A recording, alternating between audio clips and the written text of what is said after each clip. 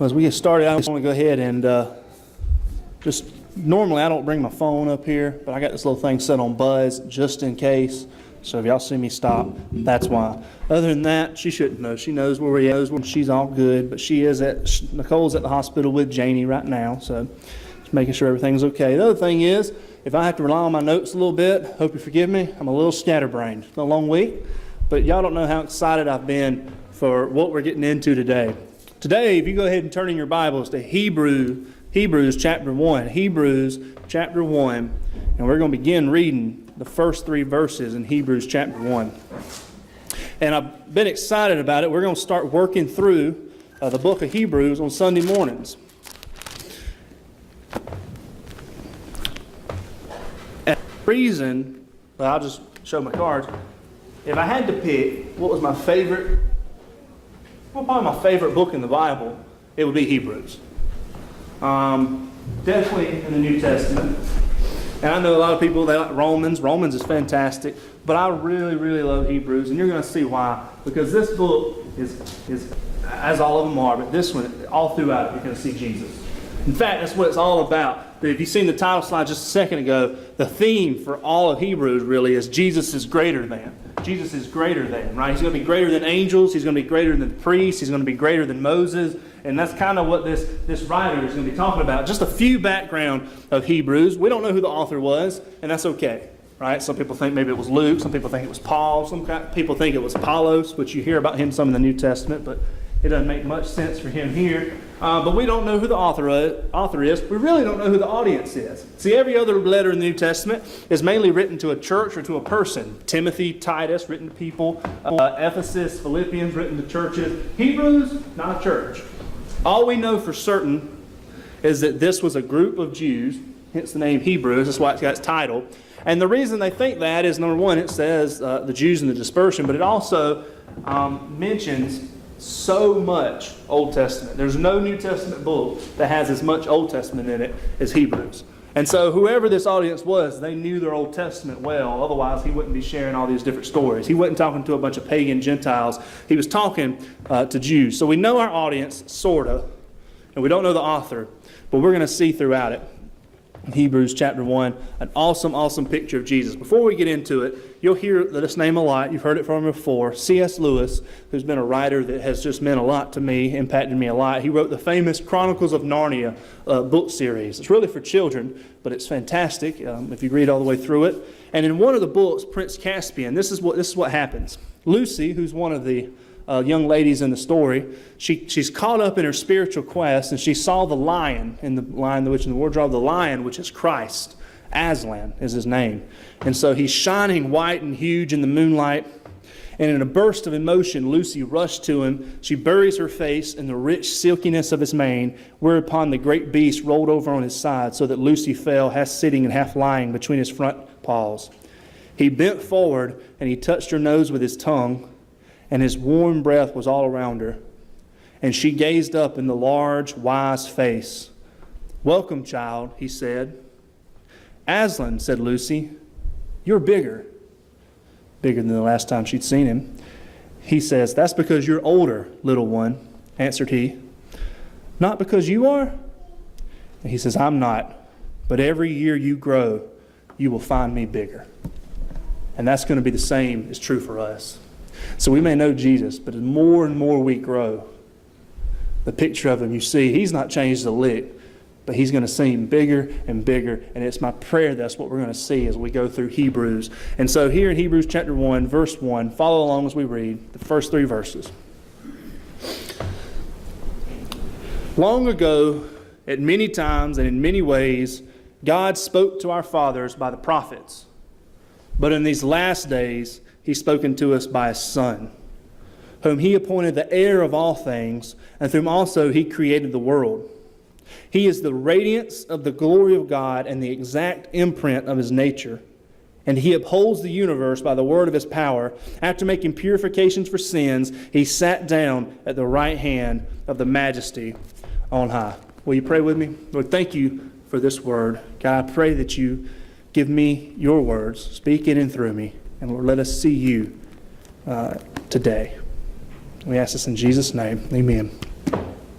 And so the first thing I want to talk to you about is the promise of Christ. So I'm getting down here because I'm more comfortable, right? The promise of Christ. It says, long ago, many times and in many ways, the Father spoke to us by the prophets, but in these last days, He's spoken to us by His Son. Now, the first thing you should see, when it says long ago, the readers and the Hebrews, the Jews, their minds are immediately flashing back to Genesis chapter 1. Because that type of language, even in Greek, is kind of mirroring what took place way back in creation. So you can let your mind wander there for just a minute, and then from that point forward, long ago, and many times and in many ways, God spoke to us by the prophets. Now, we know some of those instances, right? There were some crazy things that took place in the Old Testament. How God spoke to His people, it was different, many different times.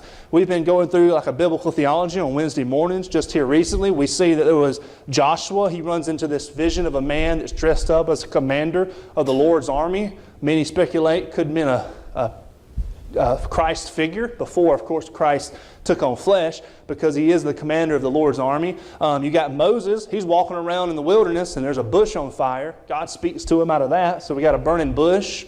You got pillars of clouds. You got pillars of fire. You got a donkey, if you're Balaam, right? He spoke through a donkey. That's one way to have a prophecy. It just goes on and on. You got the prophets like Nathan. David didn't like Nathan too much, right? Because he called him out on his sin, but then he loved him but God spoke through Nathan, one of the prophets. Isaiah and Ezekiel both had crazy visions, right? Ezekiel has this vision of a chariot, and he explains it with all these different eyes and these flaming wheels. And then Isaiah has this vision of God where he fills the temple and an angel comes in and he touches. They all see these different things in different ways. Moses goes up on the mountain. He gets the glory of God shines on him. He comes out shining like a light. He has to cover his face. It's beyond argument to realize that God did speak in many times and in many ways through the prophets. The whole Old Testament's riddled with it. They looked forward to it. And every time He said something through them, it was absolutely true, too. See, one thing we don't think about too much is, just because we can't think about it, which is kind of the point, is we can't ever fully understand God. Why? Because we're not infinite. We're not eternal. Even though we have an eternity to look forward to, we don't have an eternity to look back on. We had a beginning point.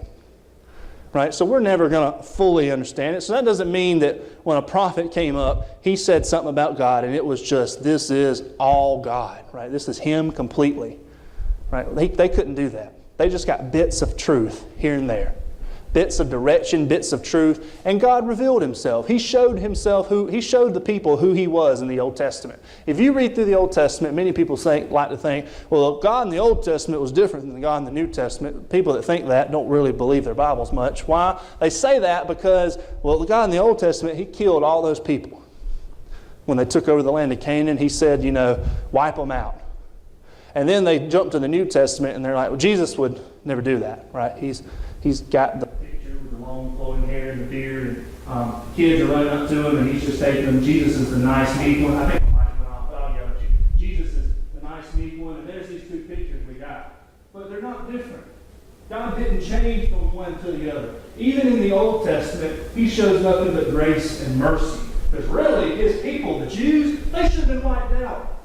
They were a hard-headed people, and He stuck with them. But in many times and in many ways, He spoke to the prophets. But in these last days, He spoke to us by His Son. See, the reason the author's writing it this way is he's telling you there's all these different times, and then it was all working up to a point when you really want to know how you can know God. Well, the only way you can know God is if God becomes man. And He did. And when we see Jesus, we see the perfect revelation of God. What's He like? What does He look like? Well, He looks like Jesus. That's why in John 1, He's going to say, whoever sees me has seen the Father. Right? We got the perfect revelation. We're not waiting for prophets. We're not waiting for a flaming bush. He came in person. One famous atheist, in fact, it was C.S. Lewis. I'm yelling one more time. He was a famous atheist before he came to know Christ. He was a brilliant man, a smart man. And he had this real problem when he started to believe that maybe there was a God. He get to a point where he believed, well, there might be a God. But he had this. He said, there's no way that me and you can know anything about that God. He said this. He said, it's almost like Hamlet knowing Shakespeare. He said, he can't do it. Right? He's the author. We're just a character. There's no way. And then he comes to this realization. He says, I never once thought that Hamlet could meet Shakespeare unless Shakespeare wrote himself into the story. And that's exactly what God did. He took on flesh. Right? He's the Son eternally, but he says, you know what? I'm going to reveal myself to these people perfectly, and he becomes one of us. He bridges a gap for us. So what does that mean? It means we're not waiting for any other revelation. It means we don't need to wait around wondering what in the world the Lord's got for us. I hear all the time people say, especially when it comes to witnessing, well, I don't really feel impressed to witness to that person, right? I didn't feel impressed, so I just kept driving or kept on walking by. You ain't got to feel impressed. Matthew 28 says, go make disciples. We do it. Well, you know what? That person over there, they kind of get on my nerves, and I don't really feel like it's my calling to love them. Right? That's probably somebody else's calling. So I'm going to just do my thing and kind of turn my nose up and stay away from them, and I'm not going to worry about it. Well, he already told us the great commandment, love your neighbor as yourself. See, we're not waiting for all these different revelations to tell us what to do. He came. The promise of Christ was through the Old Testament. And Hebrews, the writer here is trying to tell these Jews from one point, he says, don't stop believing. All that stuff in your heritage was looking forward to this day when the Son came. But then look what he says. Not only the promise of Christ, but then he starts talking about the person of Christ. Now this is going to be key. Verse 2, but in these last days, he's spoken to us by his Son. And look what it says about it. First thing it says, whom he appointed the heir of all things. The heir of all things. That means exactly what it says. In the end, everything is the Son's. It's his. So he's in the end, he's the heir of all things. And then we'll run right after that. Through whom also he created the world. That's John 1:1, right? In the beginning was the Word, and the Word was with God, and the Word was God. All things that were created through Him. Colossians 1 tells us that the Son, through the Son, all things are created and held together. And so first thing, we're going to get this a little bit more, but first thing is, don't get any idea that the Son came to existence on December 25th, 0 AD. Right? Not the case. The Son is God. He took on flesh 2,000 years ago, and we call him Jesus. But he existed for all eternity. And what he says here, he's the heir of all things, and he is the creator of all things. He's the end and the beginning. He's the beginning and the end. He's the Alpha and the Omega. He encapsulates this whole thing. He doesn't stop there. He got Alpha and the Omega. Look, he continues talking about it. He is the radiance of the glory of God. The only way you can kind of understand what it means when he says radiance of the glory of God is think back to the Old Testament. That Shekinah glory of God, that glory that Moses ran into, that made his face shine, that glory that filled the temple, that glory that if you walked up into it, you died. He is the very radiance of that glory. And then he says this, in the exact imprint of his nature. The exact imprint of his nature. Children might look like you. Jay might know what's more like Nicole, which I'm happy about, right? Children might look like you, but they are not your exact imprint. Jesus is. Why does it say that? Well, he's the exact imprint of God because he is God. See, the point here is the writer of Hebrews is trying to say, don't get it twisted. It matters immensely who Jesus is. It matters immensely. Jesus himself said it plenty of times. In John chapter 8, I bring this up a lot, but it's one of my favorite little scenarios for Jesus. He's getting on to the Jews, the Pharisees. They said they were believers in John chapter 8, and so he tests them a little bit, and he starts pushing on them. and he starts to say things that kind of make him mad, right? And he says this. He says, "You're not of your father Abraham." That's when he has that good little line that's great for evangelism. You just say, "You're of your father the devil," right? No, it's not great, right? That's what Jesus said. He said, "You're of your father Satan." Right? You're the father. Your father is the father of lies. The people that are children of Abraham are those that have trusted in him by faith. And so the Jews get really mad, and they start questioning Jesus more and more. And he gets to this point, and he said, "Abraham saw my day and was glad." And they called him out on it. "Jesus, you ain't but 30 years old. How in the world have you seen Abraham?" And Jesus says in John chapter 8, "Before Abraham was, I am." If you know the impact of the "I am" statement, it means God. That's what Moses got told in that burning bush. "Who am I going to say that you are? I am who I am. I am." And then they want to stone Jesus. I think that's hilarious, right? They think that they're believers. He tears them apart. At the end, one, they're lying. By the end, they're going to stone him. And it wasn't at this time, the Bible says, he goes out. He walks away. That happens a couple times in the Gospels, right? He knew he had to die on the cross. So even though they wanted to throw him off a cliff or stone him, it wasn't his time yet. He came for a purpose. But Jesus makes it very clear that it's God. Why is this so important? Why does it matter who Jesus is just as much as what Jesus did? And what I mean by that is this. If Jesus was just a man, a good man, that lived a perfect life, which would be, impossible unless, for some, we're speaking hypothetical here, but let's say he was just a man who lived a perfect life, nothing divine about him except, he walked with God, and he goes and he dies on the cross, and he never sins. Now, Old Testament guys sin, right? Elijah and those guys, they're not perfect. They sin. But this guy, let's say, he doesn't sin, he dies on the cross. Well, I guess he get to heaven. But none of us are. Because he can't cover us. But then he's just God. See, people used to think that in the early church, and those early Christians had to stop it, right? They told these lies. They said, well, Jesus, he just appeared to be like a man. The reason they said that is they couldn't ponder the fact that God would inflict so much pain upon himself. Right? They couldn't take the idea of the crucifixion seriously. And so they say, he just looked like a man. And really, he was a spirit that sort of floated around. The only problem with that is, if he's not a man, then me and you once again are still in our sins. Because he can't pay our price. But is he both? If he became flesh, and he is the exact imprint of his nature, the radiance of the glory of God, the Alpha and the Omega, God taking on flesh, then now that relationship that was broken is restored. Because now we have an advocate. One that was a man who was also God. That's why all the time the Bible says what it means to be in Christ. What does it mean to be in Christ? What it means when you're in him, you're with God. Because he became a man. See, that really, really is important. Don't forget that. Because you can't get Jesus twisted. He can't be whatever we want him to be. He can't just be a good teacher. He can't just be a good man that says some things. He's God.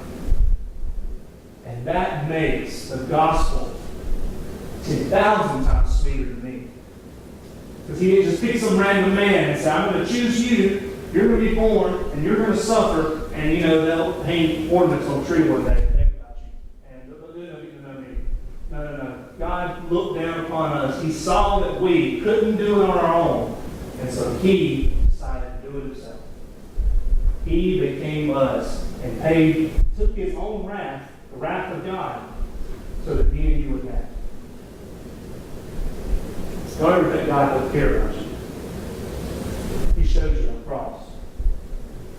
And he gives us life and life eternal. But he doesn't stop there. He tells us about the promise of Christ and the person of Christ. And then he starts to tell us a little bit about the positions of Christ. And what I mean by that is the different roles. And this is really just introducing Jesus to Hebrews. After this, it's going to hit it in different chunks. You're going to see some of these roles come back up throughout the book. But these are the main roles of Jesus. You've probably heard this before. I'll just go ahead and throw them all up there because I don't need you to necessarily wait just so you see them. He's prophet, priest, and king. Right? You may have heard that before. Prophet, priest, and king. The first one should be obvious. We already talked about it. And many times, and in many ways, God spoke to us by the prophets. But in these last days, He spoke to us by His Son. The perfect revelation of God. And He wasn't a prophet in the sense of these other prophets. See, what was wild about these other prophets? They were awesome men of God. But they had to trust God. Hear from Him. They were just a mediator. They were a messenger boy. Hear from Him. Say what they had to say. And then trust that God actually was going to do what He said. Which we can trust because He always does what He says. But they really had to just leave it up to Him. Right? Cool thing about this prophet. Not only is he the one that makes the statement, he's also the one that brings it to completion. See, the prophet that we trust, that guides us, is the one who knows what's in your future. The prophet that guides us is the one who says, you got a tough time coming, but I already know what route you're going to take, and I know how I'm going to be with you. I'm going to be with you every step of the way. And sometimes it doesn't make sense. Think about Abraham and Lot just for a minute in the Old Testament. Abraham and Lot, right? Abraham and his nephew Lot. Well, Abraham was really a wealthy man. Had a lot of means, but he was a servant of God. And so what does he do? He lives in tents. Right? He goes and he lives in tents. What does Lot do? Well, you remember Lot says, I'm bailing these tents. I'm going to go live in Sodom. Boy, talk about a bad relocation choice. Right? He gets in Sodom. Really, the one that looks like they should be in trouble should be Abraham. He's the one sleeping out in the wilderness in tents. Lot's safe in a city. Boy, that's a smart move. Until it turns out Lot's the one that needs rescue, and Abraham's the one that's fine. And then, of course, Sodom and Gomorrah is completely destroyed, and Lot loses everything. Why? Because Lot trusted immediate results more than the promises of God. See, with Jesus, our great prophet, I have to ask this question: who's guiding? Who's guiding? Because we got a lot of voices coming at us today. Right? We got a lot of lies coming at you today from every different angle. One of them is the idea of the lie of materialism. Right? Y'all know what idea is. You talk about people that end up come from nothing. They get a little money and it goes to their heads. They don't know what to do with it. And they just blow it, and they have this idea, well, you're always going to live up to whatever you're making, right? That's why even people that are making, big bucks seem like they live paycheck to paycheck sometimes. Why are you living paycheck to paycheck? Because there's so much debt, right? I got all this money, I got to spend it. Well, why does that kind of stuff happen? Because we get preached materialism all the time. Get a little money. Go buy that. Go buy this. You can't live without this. You can't live without a good retirement plan. Here, you got to retire early, and you can go live at the beach, and you can just live it up for the last few years of your life, right? And just have your golden years. Retire real early, right? Build up all you can. That's not really anywhere in this book. That's just the materialism that's preached to us through advertising, through everything else. And see, we got to pay attention to what really guides us. Is it the prophet? I hope so. But here's the next thing. That role of priest, well, that's the sweet. Look what it says. After making purification for sins. Short little statement that says, after making purification for sins. These are priests. Think just a minute about these Old Testament priests. They had to make offerings very regularly. They had to make atonement yearly. A lot of lambs died. A lot of little animals died. And they had to continually do it. And then they themselves weren't perfect. They had to make atonement even for themselves. They had to cleanse themselves before they could go into the temple. But Hebrews tells us, and we know from the Bible, Jesus himself, our great high priest, made a sacrifice once and for all. The priest who didn't need to be cleansed, who is also the Lamb of God, perfect and without blemish, sacrifices himself. And it's one and done. Never to be needed again.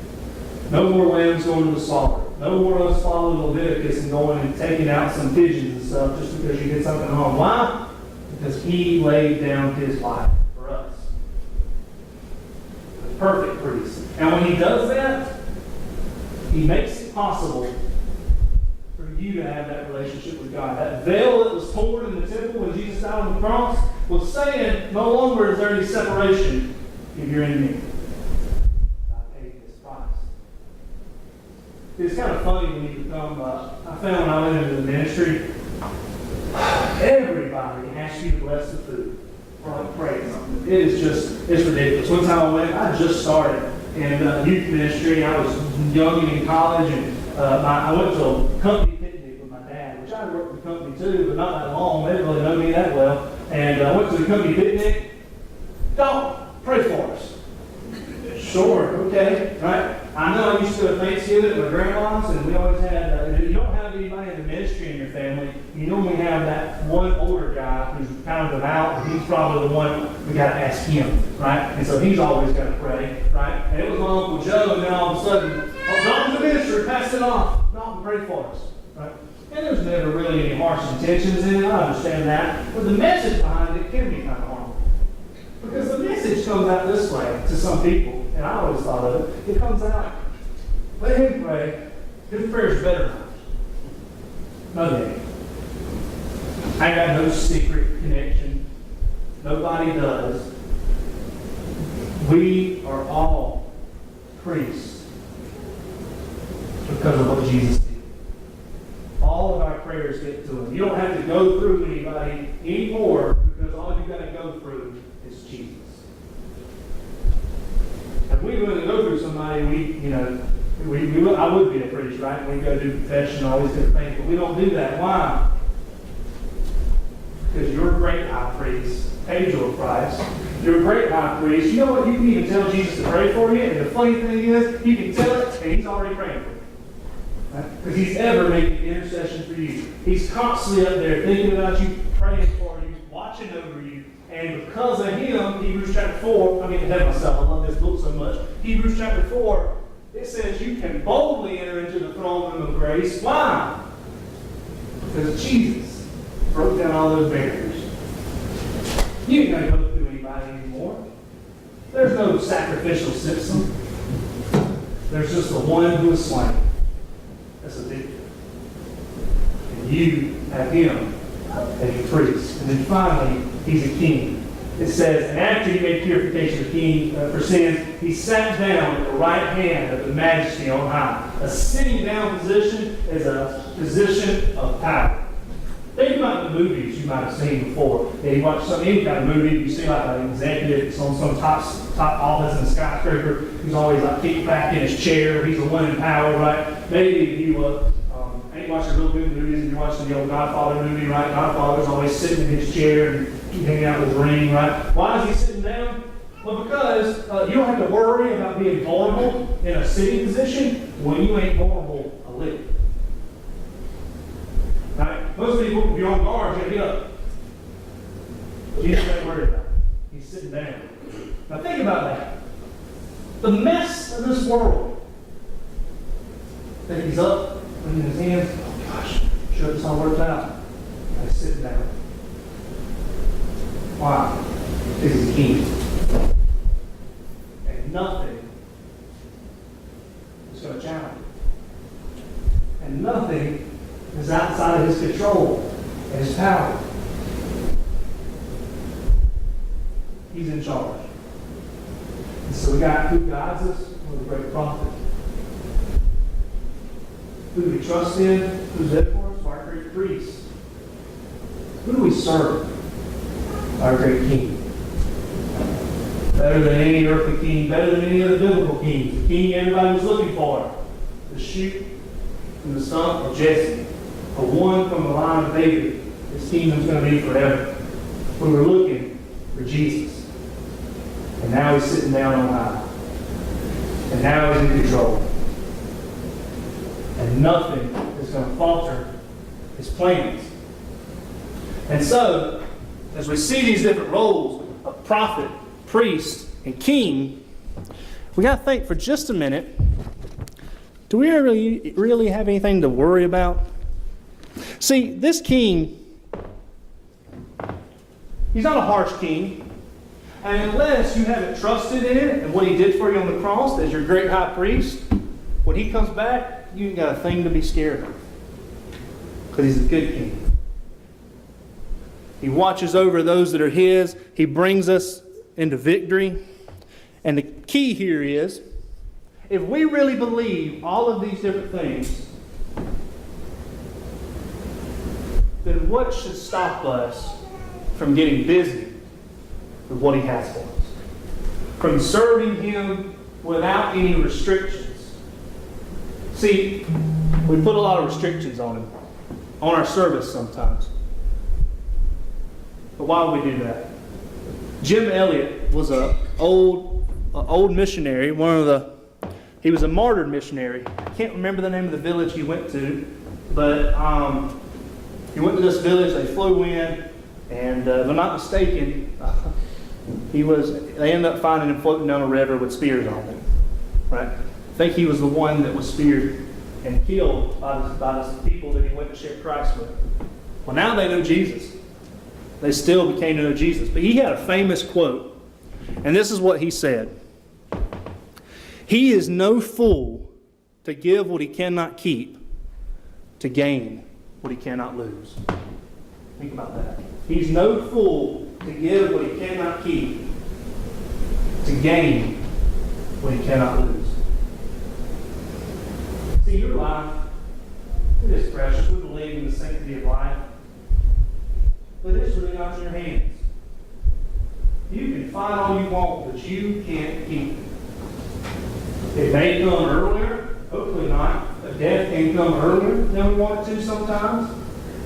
But regardless, unless the Lord comes back, the grave's waiting. We can't keep it. So Jim Elliot realized that, and he said, well, if I can't keep it, I'm just going to give it all for something he can't lose. What did he gain that he can't lose? Well, of course, he knew Christ. He gained life and life eternal. But he also gave his life for the spreading of the gospel. And the treasures that he reaped from that, no rust or moth's going to destroy it. And he's in heaven right now, seeing some of his reward. I don't think he'll see it fully until it's all said and done.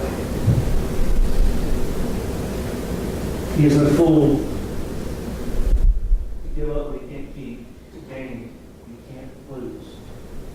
If you're here today, hopefully this expanded your view of Jesus a little bit. My prayer is as we go through Hebrews, it gets better and better, and that you'll see it through the text, and even through my weakness in preaching it, you'll see how great he is, how much greater he is than anything you have to worry about in your life, how much greater he is than anything else you can trust in.